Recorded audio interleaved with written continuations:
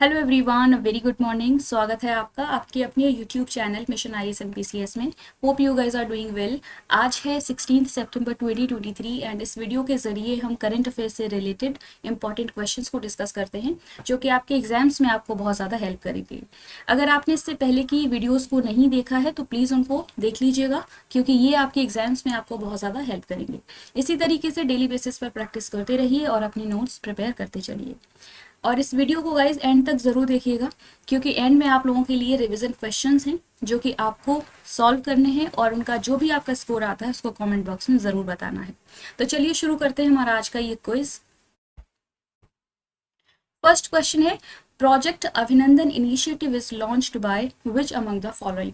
Project अभिनंदन पहल निम्नलिखित में से किसके द्वारा शुरू की गई है? तो इस क्वेश्चन का करेक्ट आंसर हो जाएगा ऑप्शन बी। एयर इंडिया ने हाल ही में एक इनिशिएटिव को लॉन्च किया है जिसका नाम है प्रोजेक्ट अभिनंदन, सो दैट कि जो पैसेंजर्स हैं उनको कन्वीनियंट जो है एक एक्सपीरियंस प्रोवाइड किया जा सके, उनको फैसिलिटीज़ प्रोवाइड की जा सके, इसलिए ये प्रोजेक्ट अभिनंदन लॉन्च किया गया है। तो आपको पता होना चाहिए कि ये जो प्रोजेक्ट अभिनंदन है किससे एसोसिएटेड है और कौन इसको लेकर आया है। तो एयर इंडिया इसका आंसर हो जाएगा। If we talk about airline, तो एयरलाइन को सबसे पहले 1932 में, जो कि एक one of the prominent airlines में से है, इसको 1932 में इस्टेब्लिश किया गया था और उस टाइम पर इसका नाम टाटा एयरलाइंस था। इसका हेड क्वार्टर है न्यू दिल्ली में। तो ये कुछ इंपॉर्टेंट फैक्ट्स हैं, आपको पता होने चाहिए।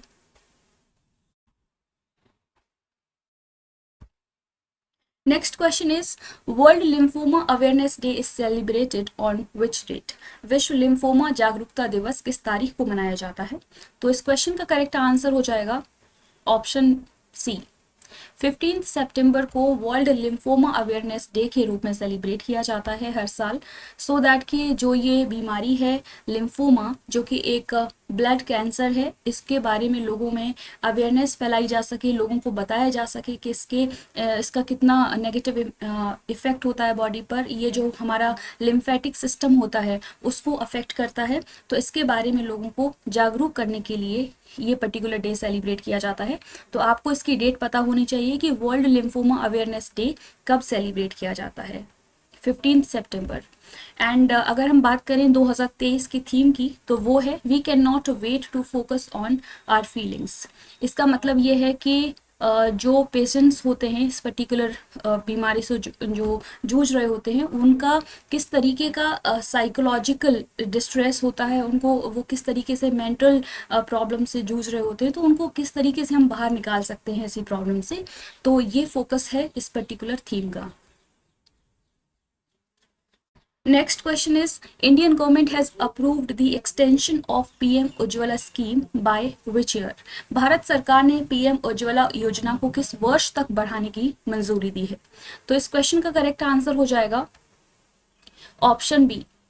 2025-26 तक बेसिकली ये जो स्कीम है PM उज्ज्वला स्कीम, उसको एक्सटेंड कर दिया गया है। हाल ही में कैबिनेट ने इसको अप्रूवल दे दिया है। अगर हम बात करें PM उज्ज्वला स्कीम की, तो इसको अभी तक 3 फेजेस में लॉन्च किया जा चुका है। फर्स्ट जो फेज था उसको 1 मई 2016 में लॉन्च किया गया था। ऑब्जेक्टिव था कि जो वुमेन एम्पावरमेंट है उसको बढ़ाना, किस तरीके से कि वुमेन की हेल्थ पर जो बेसिकली जो फ्यूल यूज़ किया जाता था, कुकिंग फ्यूल, जो वो चूल्हे पे खाना बनाती थी, तो उसका एडवर्स इम्पैक्ट रहता था हेल्थ पर। तो उसको कम करने के लिए ये जो स्कीम लाई गई थी और लोगों को एक फ्री गैस कनेक्शन प्रोवाइड किया जा सके, क्लीन कुकिंग फ्यूल प्रोवाइड किया जा सके, इसलिए PM उज्ज्वला स्कीम को लॉन्च किया गया था। जो फर्स्ट फेज था उसमें 80 मिलियन हाउस होल्ड्स का टारगेट रखा गया था और इस टारगेट को सितंबर 2019 में बेसिकली पूरा कर लिया गया। फिर सेकेंड फेज स्टार्ट होता है अगस्त 2021 में। महोबा उत्तर प्रदेश से इसको स्टार्ट किया गया और फिर इसमें 10 मिलियन एडिशनल गैस कनेक्शंस को ऑफर किया गया। और ये जो हाल ही में लॉन्च किया गया थर्ड फेज, इसमें ये कहा जा रहा है कि अब जो additional 75 lakh LPG connections provide किए जाएंगे अगले 3 साल में। तो इस स्कीम को बेसिकली 3 साल के लिए एक्सटेंड किया गया है 2023-24 से 25-26 के बीच में। आपको पता होने चाहिए तीनों ही फेजेस एंड उज्ज्वल स्कीम को सबसे पहली बार कब लॉन्च किया गया था और इसका ऑब्जेक्टिव क्या है।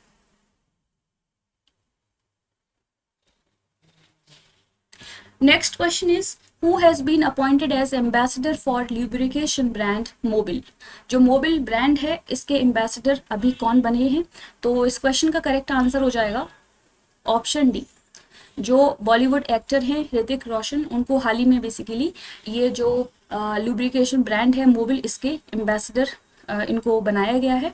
तो आपको एक आइडिया होना चाहिए। Next question is who is recently appointed as chairman of Mastercard India. हाल ही में मास्टर कार्ड इंडिया के अध्यक्ष के रूप में किसे नियुक्त किया गया है? तो करेक्ट आंसर हो जाएगा ऑप्शन ए, रजनीश कुमार, जो कि हाल ही में एसबीआई के चीफ हैं। इनको मास्टर कार्ड इंडिया का जो है चेयरमैन बना दिया गया है। मास्टर कार्ड की बात करें तो ये ग्लोबल फाइनेंशियल सर्विसेज कॉरपोरेशन है। इसके प्रेसिडेंट हैं माइकल माइबैक एंड इसका हेडक्वार्टर है न्यूयॉर्क यूएस में। इस्टेब्लिशमेंट हुआ था इसका 1966 में। तो मास्टर कार्ड के बारे में भी आपको पता होना चाहिए। और इससे पहले जो प्रेसिडेंट थे मास्टर कार्ड के वो इंडियन ओरिजिन के थे, जिनका नाम है अजय बंगा, जो अभी यहाँ से रिटायर हो गए हैं और अब इनकी जगह पर माइकल माइबैक इनको नियुक्त किया गया है। इसका हेडक्वार्टर भी आपको पता होना चाहिए एंड एस्टैब्लिशमेंट। अगला क्वेश्चन है Bagmati river is in news recently flows in which state of India. हाल ही में खबरों में रही बागमती नदी भारत के किस राज्य में बहती है? तो इस क्वेश्चन का करेक्ट आंसर हो जाएगा ऑप्शन बी, बिहार। ये जो बागमती रिवर है वो बिहार में फ्लो करती है और इसका ओरिजिन जो है वो काठमांडू वैली है नेपाल में, वहाँ से होता है। तो आपको इसके बारे में पता होना चाहिए। और फिर ये बिहार में जो कमला रिवर है उसको ज्वाइन कर लेती है। ये बेसिकली हिंदूज एंड बुद्धिस्ट दोनों ही रिलीजन के लिए एक होली रिवर है और इसकी साइट पर बेसिकली इसके बैंक्स पर नंबर ऑफ टेम्पल्स बने हुए हैं। तो ये आपको एक आइडिया होना चाहिए। हाल ही में चर्चा में है क्योंकि यहाँ पर फ्लड आने की वजह से स्टूडेंट्स की जो कि रोड इस पर्टिकुलर रिवर को क्रॉस कर रहे थे उनकी डेथ हो गई है, इसलिए चर्चा में। लेकिन आपके लिए यहाँ से क्वेश्चन बन सकता है कि बागमती रिवर जो है वो कौन से स्टेट से बिलोंग करती है, कौन से स्टेट में बेसिकली पर्टिकुलरली फ्लो करती है। Next question is the rubber board of India functions under which ministry. भारतीय रबर बोर्ड किस मंत्रालय के अंतर्गत कार्य करता है? तो इस क्वेश्चन का करेक्ट आंसर हो जाएगा option D, ministry of commerce and industry. ये जो रबर बोर्ड ऑफ इंडिया है, अगर आपने प्रीवियस ईयर के क्वेश्चन पेपर्स को देखा है तो अभी हाल ही में 2022 वाले पेपर में बेसिकली यूपीएससी में यहाँ से क्वेश्चन पूछा गया है रबर बोर्ड ऑफ इंडिया से। तो आपको इसके बारे में पता होना चाहिए। इसका जो मतलब इसको ये एक ऑर्गेनाइजेशन है, इसको कॉन्स्टिट्यूट किया गया था under the rubber production and marketing act 1947 के, और ये ministry of commerce and industry के अंतर्गत आता है। ये इंडिया में जो भी रबर प्रोडक्शन होता है उसके डेवलपमेंट को लेकर के रिस्पॉन्सिबल एक बॉडी है।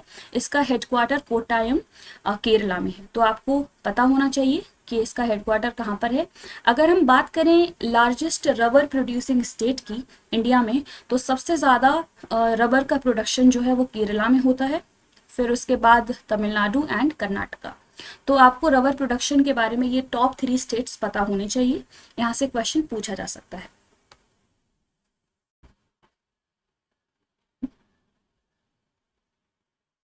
Next question is which country has recently been hit by heavy flash flood devastation। हाल ही में कौन सा देश अचानक आई बाढ़ से भारी तबाही में चपेट में आया है?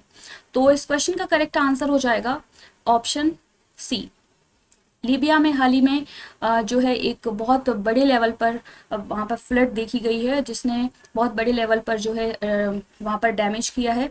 जो भी पब्लिक रिसोर्सेज हैं, और बहुत सारी ह्यूमन लाइफ्स गई हैं वहाँ पर।